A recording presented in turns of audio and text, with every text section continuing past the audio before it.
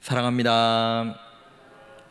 네, 우리는 이 앞절 우리 지난번의 말씀을 통해서 자신에게 딸린 식구가 600명이나 되는 다윗이 이제 자신의 식구들을 먹이기 위하여 이 마온이라는 지역에 넘어왔을 때 나발이라고 하는 부자, 그 부자가 양털을 깎는 그 축제날, 모두에게 베풀어야 되는 그 날에 식량을 요청했지만 무참히 치욕적으로 거절당했던 그 본문의 내용을 함께 지난번 말씀을 나누었습니다.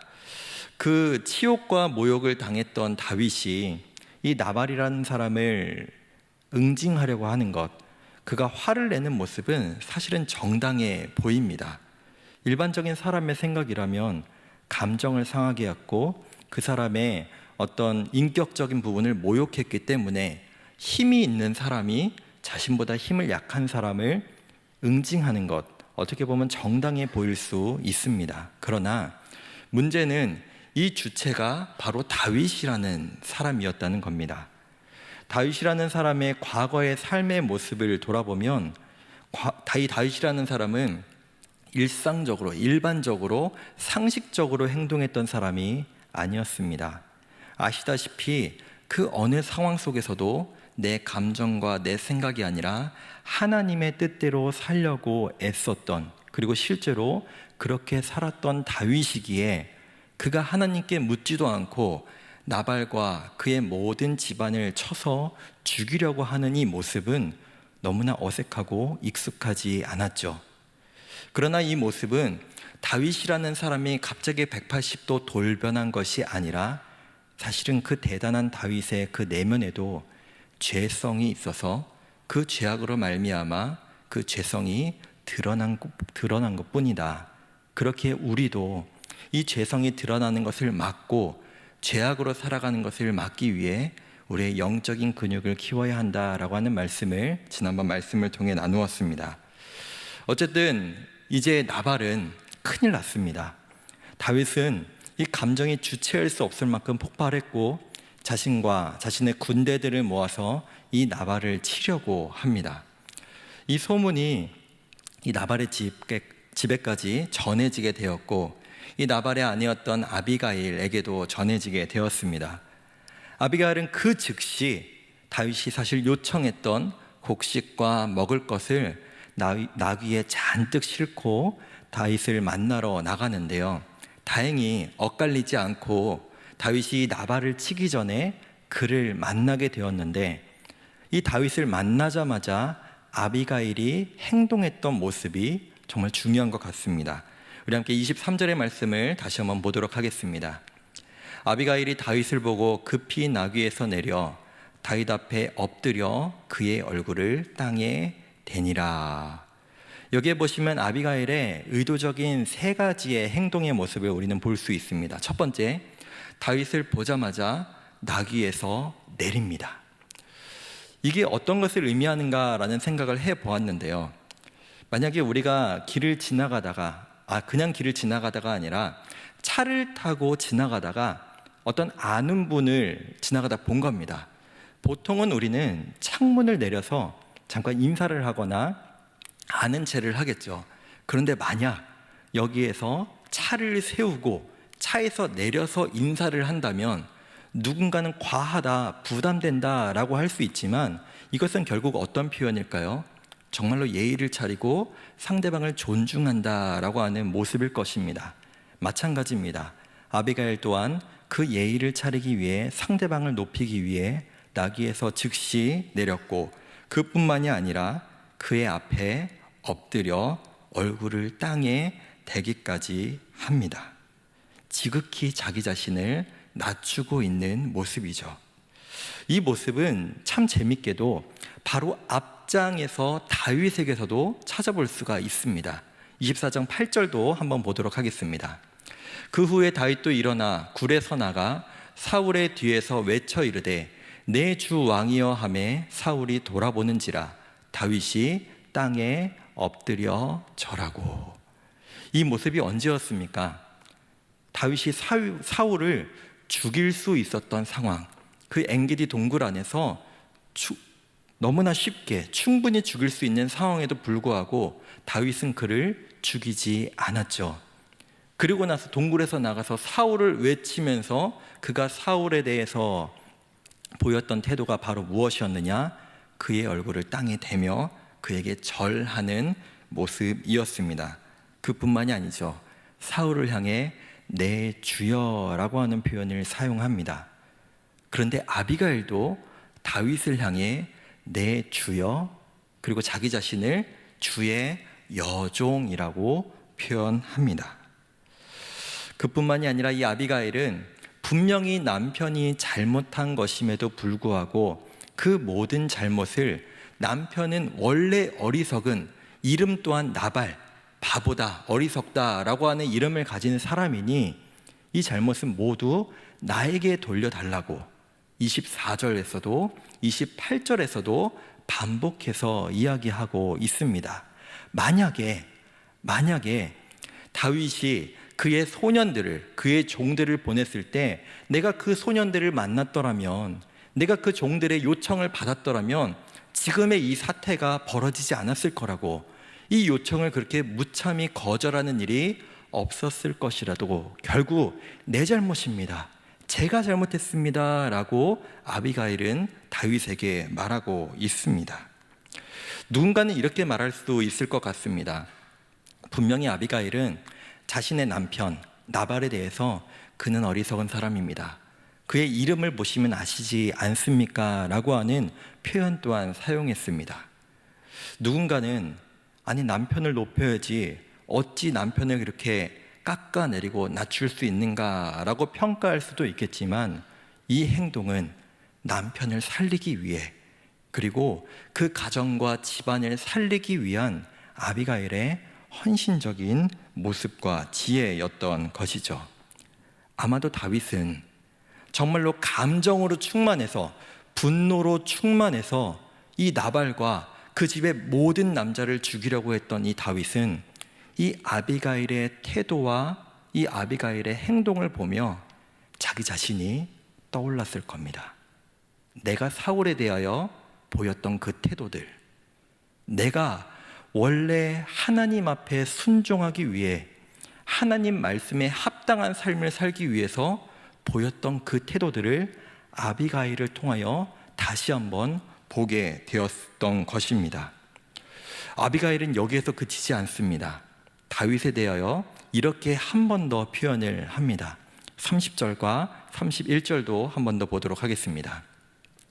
여호와께서 내 주에 대하여 하신 말씀대로 모든 선을 내 주에게 행하사 내 주를 이스라엘의 지도자로 세우실 때에 내 주께서 무죄한 피를 흘리셨다든지 내 주께서 친히 보복하셨다든지 함으로 말미암아 슬퍼하실 것도 없고 내 주의 마음에 걸리는 것도 없으시리니, 다만 여호와께서 내 주를 후대하실 때에 원하건대 내 주의 여종을 생각하소서 하니라. 아멘.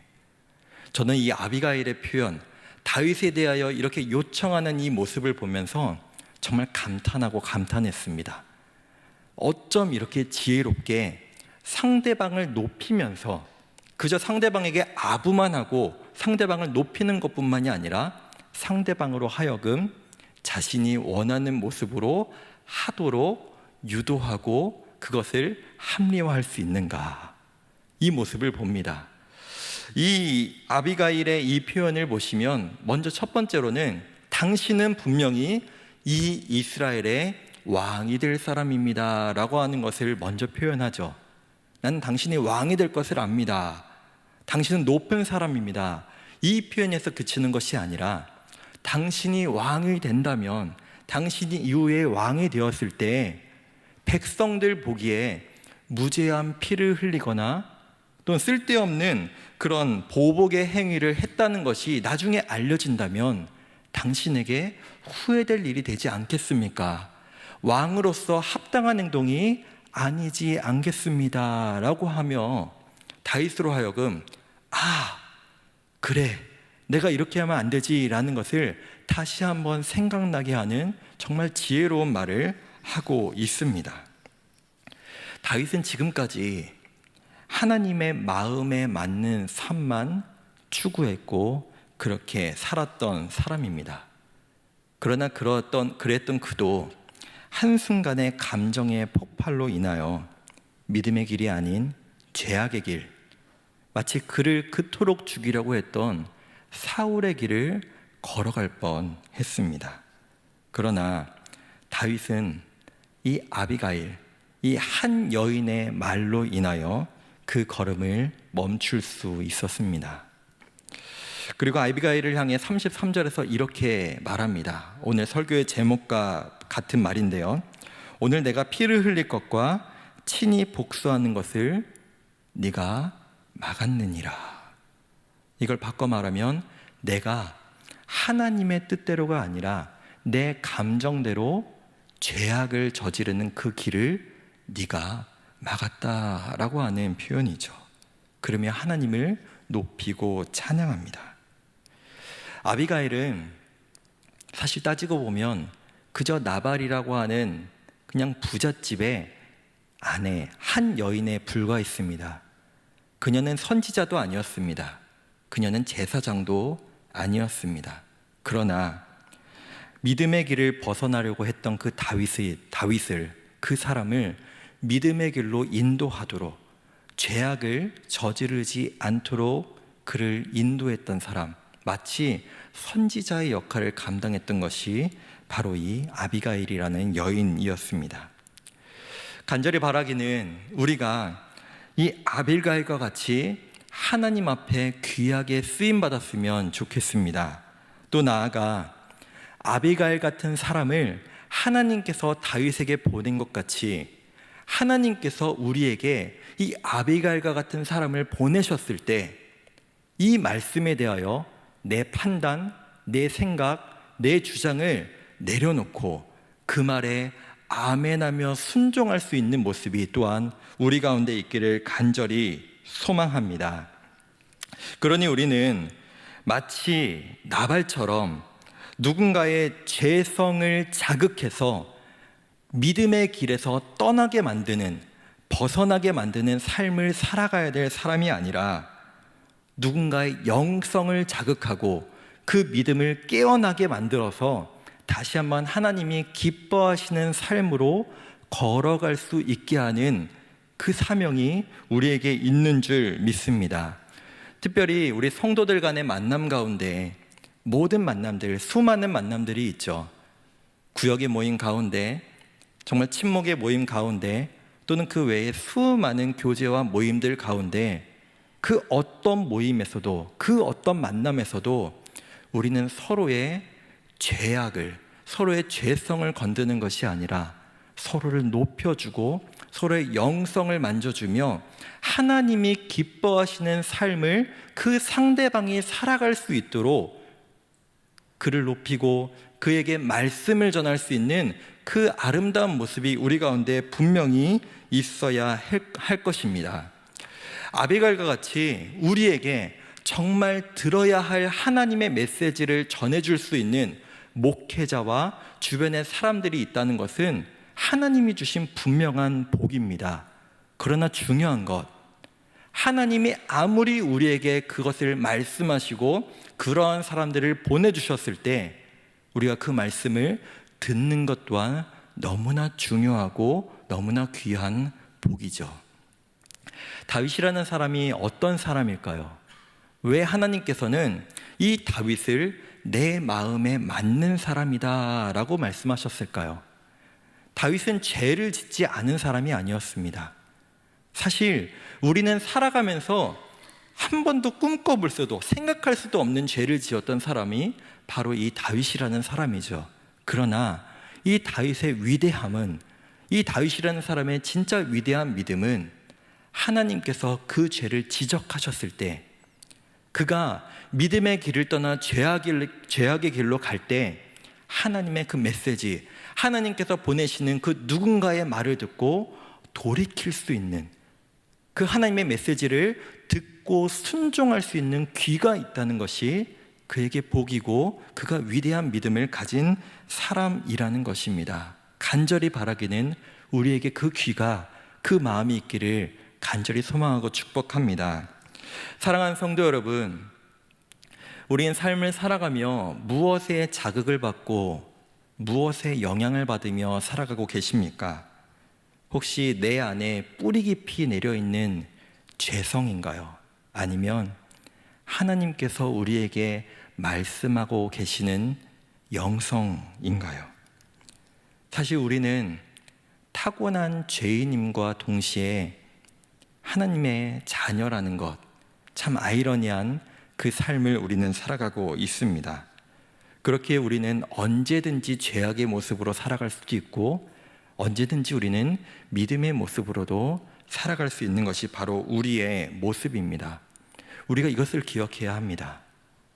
우리는 먼저 나를 떠나서 누군가를 대할 때, 그 어떤 사람들을 대할 때 내 가족들, 내 자녀들, 내 남편과 내 아내, 내 부모, 내 구역원, 내 구역장, 목회자, 그 누군가를 만나던 간에 그 사람은 믿음이 좋으니까 괜찮아.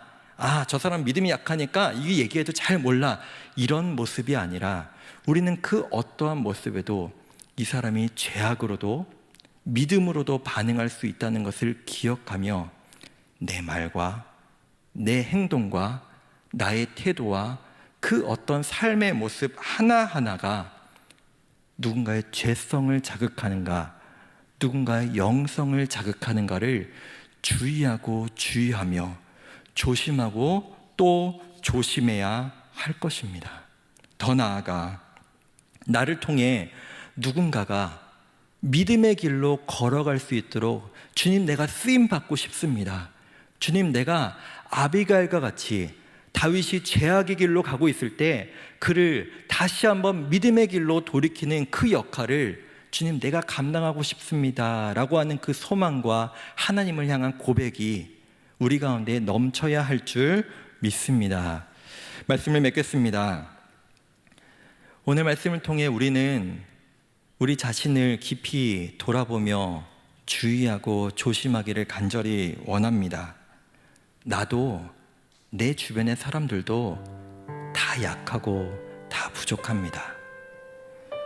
그렇기에 내가 나도 모르게 내뱉는 말 한마디가, 말은 하지 않았지만 내가 상대방에 대하여 보이는 그 표정과 태도 하나가 상대방의 마음을 무너뜨리고 상처를 주며 죄악의 길로 걸어갈 수 있게 있을 수 있음을 우리는 기억해야 합니다. 믿음의 사람들에게 있어서는, 하나님의 사람들에게 있어서는 옳고 그른 말이 중요하지 않습니다. 내가 해야 될 말 했어, 그 사람은 그 말 들어야 돼, 이게 중요한 것이 아니라 그 사람의 생명을 살리고 그 사람의 믿음을 세워줄 수 있는 그 말, 마치 아비가일과 같은 그 말을 우리가 우리 주변 사람들에게, 성도들에게, 가족들에게 전할 수 있는 그 믿음, 또 누군가가 나에게 그 말하는 하나님의 그 메시지를 거부하고 밀어내고 쳐내는 것이 아니라 주님, 내가 그 말씀대로 살아가겠습니다, 내가 그 말씀에 순종하겠습니다 라고 하는 삶의 모습이 저와 우리 모두 성도님들 가운데 가득하시길 간절히 소망합니다.